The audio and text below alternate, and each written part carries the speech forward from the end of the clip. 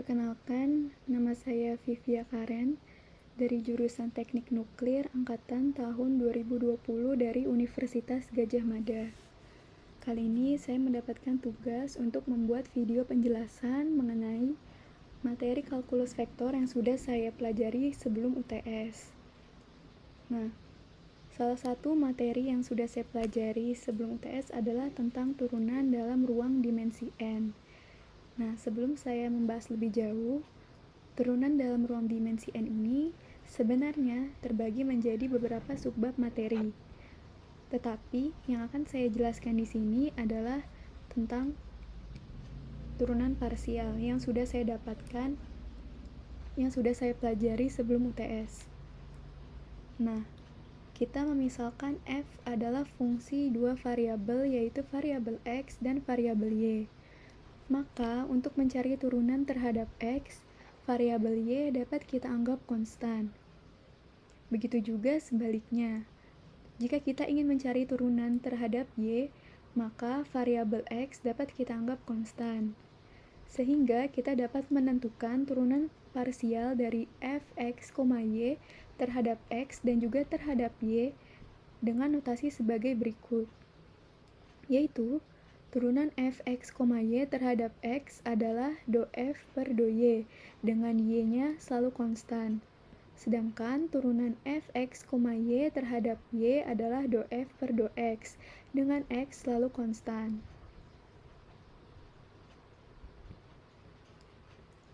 Lalu selanjutnya, jika kita ingin melihat secara geometris, maka do_f per do_y dan do_f per do_x dapat kita gambarkan sebagai gambar berikut ini. Nah, pada gambar tersebut, fungsi fx, y sama dengan z adalah suatu persamaan ketinggian dari titik-titik pada bidang xy. Nah, kumpulan titik ketinggian ini akan membentuk suatu permukaan. Nah, bisa dilihat permukaannya itu seperti ini. Lalu, turunan fx, y sama dengan z terhadap x dapat kita anggap sebagai gradien dari permukaan di mana terdapat kumpulan titik-titik dengan nilai y-nya adalah konstan. Sedangkan untuk turunan fx, y sama dengan z terhadap y, kita dapat menganggap sebagai gradien dari permukaan di mana kumpulan titik-titik dengan nilai x-nya adalah konstan. Lalu selanjutnya ada turunan parsial kedua. Nah, bagaimana cara mencari turunan parsial kedua? Di sini, jika kita diketahui fungsi fx, y memiliki turunan pertama terhadap x dan juga terhadap y, masing-masing adalah do_f per do_y dan juga do_f per do_x. Maka turunan keduanya dapat kita nyatakan sebagai berikut.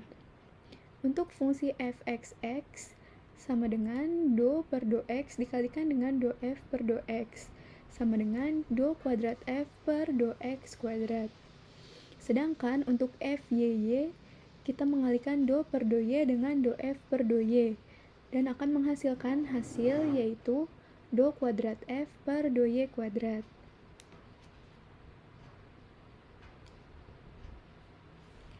Lalu selanjutnya, jika kita ingin menurunkan do f per do y terhadap y. Nah, karena ini terhadap y, berarti x-nya akan selalu konstan. Berarti kita akan mengalihkan do f per do y dengan do f per do x. Sama dengan do kuadrat f per do y dikalikan dengan do x. Nah, selanjutnya, jika kita ingin menurunkan fungsi do f per do x terhadap x, nah, karena di sini terhadap x, berarti y-nya akan selalu konstan. Maka kita akan mengalihkan do f per do x dengan do f per do y. Nah, hasilnya adalah do kuadrat f per do x do y. Nah, untuk kedua turunan ini akan berlaku persamaan sebagai berikut. Nah, persamaannya ini adalah jadi persamaan yang do f per do y terhadap y itu akan sama dengan persamaan do f per do x yang terhadap x, yaitu do kuadrat f per do y do x sama dengan do kuadrat f per do x dikali do y. Nah, selain itu di sini juga berlaku yaitu sebuah aturan. Nah, di sini ada yang dinamakan dengan aturan rantai. Nah, aturan rantai untuk fungsi lebih dari satu variabel. Nah, di sini kita misalkan terdapat fungsi y sama dengan fxt. Maka, turunan pertama y terhadap t dapat kita nyatakan sebagai dy per dt sama dengan dy per dx dikalikan dengan dx per dt. Jadi kita menurunkan fungsi y terhadap t. Lalu selanjutnya, untuk suatu fungsi dengan bentuk z sama dengan fx, y, di mana x maupun y adalah fungsi dari t. Maka, untuk mencari turunan dari z terhadap t, kita dapat menyatakan dengan notasi sebagai berikut. Nah, notasinya adalah dz per dt sama dengan dz per dx dikalikan dengan dx per dt ditambah dengan dz per dy dikalikan dengan dy per dt. Nah, untuk pembahasan lebih lanjut mengenai tentang aturan rantai ini, kita lanjut aja langsung ke pembahasan soal. Nah, di sini saya memiliki contoh soal. Diketahui x sama dengan yz pangkat 3, lalu di sini diketahui nilai y yaitu t cos t, lalu di sini juga diketahui nilai z yaitu t sin t. Nah, yang ditanyakan adalah berapa nilai dari do x per do t. Nah, di sini kita bisa menggunakan aturan rantai yang sudah kita bahas sebelumnya. Berarti untuk mencari do x per do t, aturan rantainya adalah seperti ini.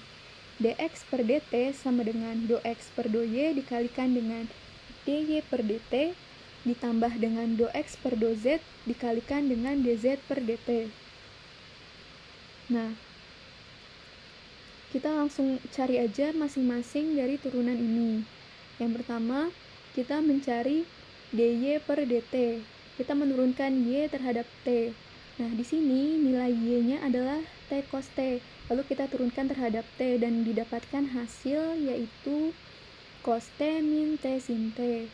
Lalu selanjutnya kita menurunkan nilai z terhadap t yaitu dz per dt. Di sini nilai z-nya adalah t sin t.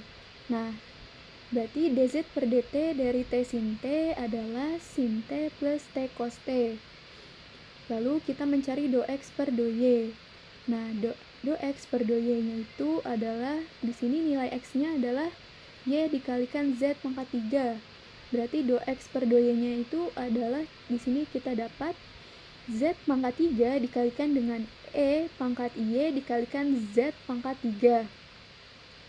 Nah, lalu selanjutnya kita mencari do x per do z.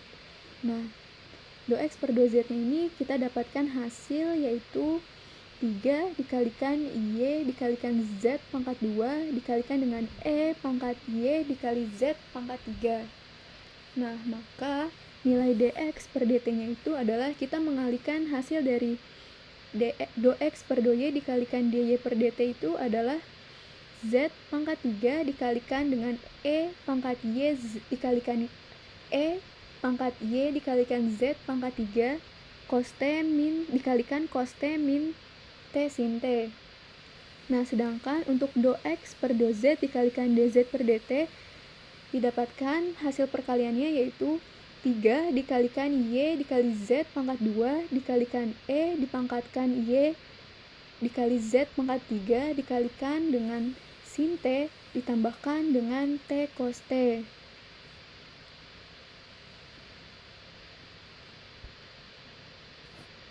Lalu selanjutnya, jika kita ingin mencari do x per do t, maka variabel z dan variabel y yang ada di dx per dt ini kita ganti dengan yang sudah diketahui di soal, yaitu kita mengganti y dengan t cos t dan kita juga mengganti z dengan t sin t. Nah, didapatkan hasil seperti ini. T sin t pangkat 3 dikalikan dengan e pangkat t cos t dikali t sin t pangkat 3 dikalikan dengan cos t min t sin t ditambah 3 dikalikan dengan t cos t dikalikan lagi dengan t sin t kuadrat. Lalu dikali dengan sin T plus T cos T.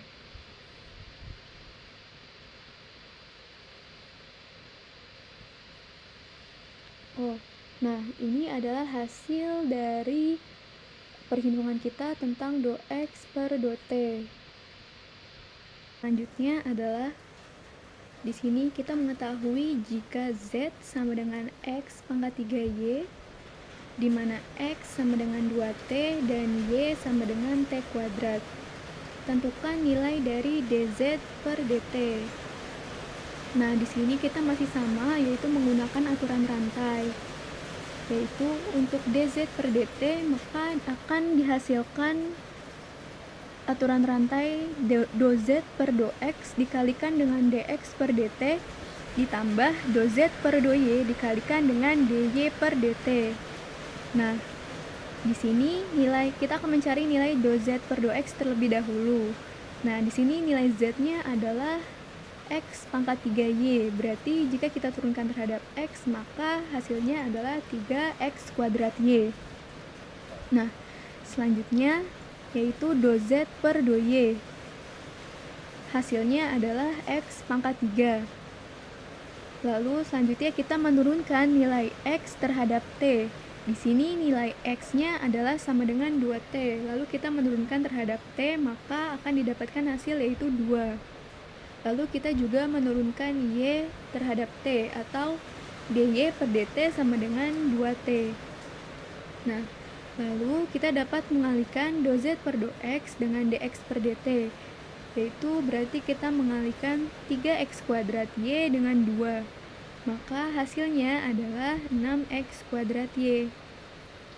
Selanjutnya kita mengalihkan do z per do y dengan dy per dt, berarti kita mengalihkan x pangkat 3 dengan 2t.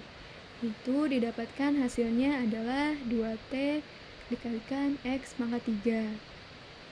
Nah, untuk nilai dz per dt sendiri itu sama dengan 6x kuadrat y ditambah dengan 2t dikalikan dengan x pangkat 3 sama dengan atau sama saja dengan 6 dikalikan dengan 2t pangkat 2 dikalikan t kuadrat tambah dengan 2t dikalikan dengan 2t pangkat 3, atau hasilnya sama saja dengan 24t pangkat 4 ditambah dengan 16t pangkat 4, yaitu hasilnya adalah 40t pangkat 4. Berarti nilai dz per dt adalah 40t pangkat 4.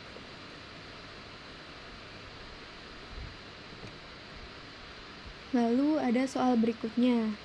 Di sini kita mengetahui nilai f sama dengan x pangkat 3 dikurang dengan x kali y ditambah dengan y pangkat 3, di mana nilai x sama dengan rho dikalikan cos theta dan nilai y sama dengan rho dikalikan dengan sin theta. Maka tentukanlah nilai do f per do rho-nya. Nah, di sini kita juga masih sama menggunakan aturan rantai.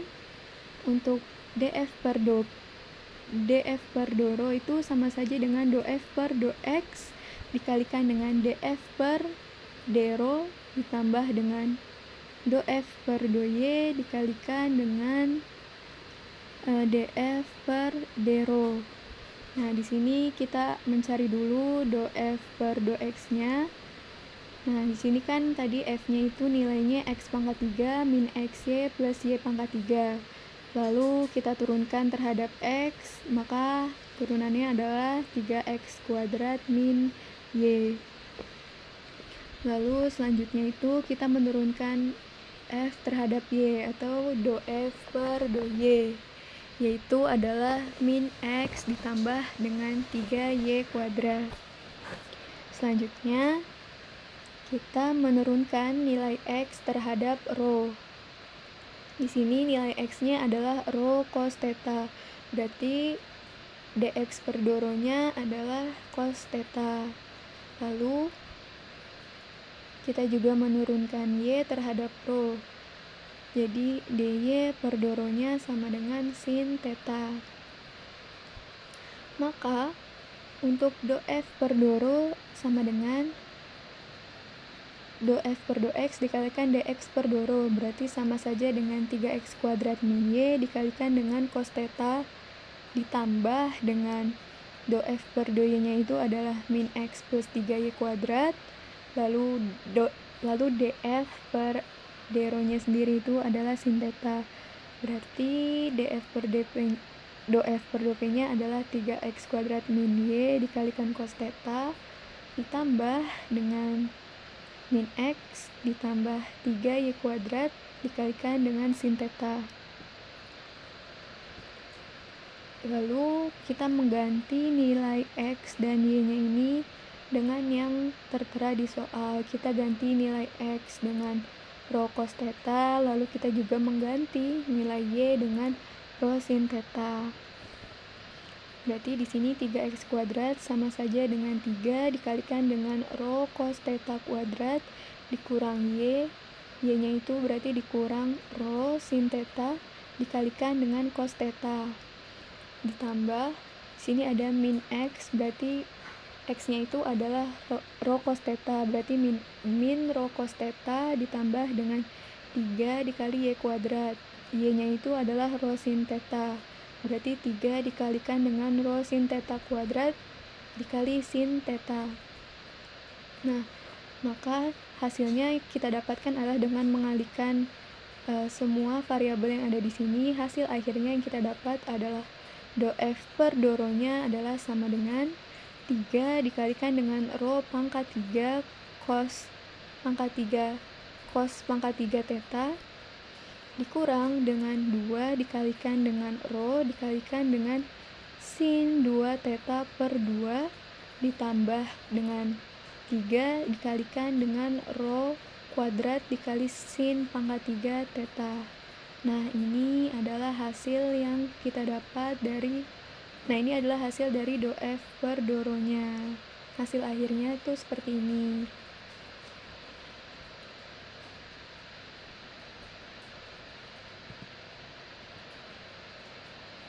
Mungkin cukup sekian yang bisa saya jelaskan mengenai materi turunan dalam ruang dimensi N. Kurang lebihnya mohon dimaafkan. Maaf bila ada salah kata dan juga salah dalam menyampaikan materi dan juga pembahasan soal. Terima kasih atas perhatiannya dan waktunya. Wassalamualaikum warahmatullahi wabarakatuh.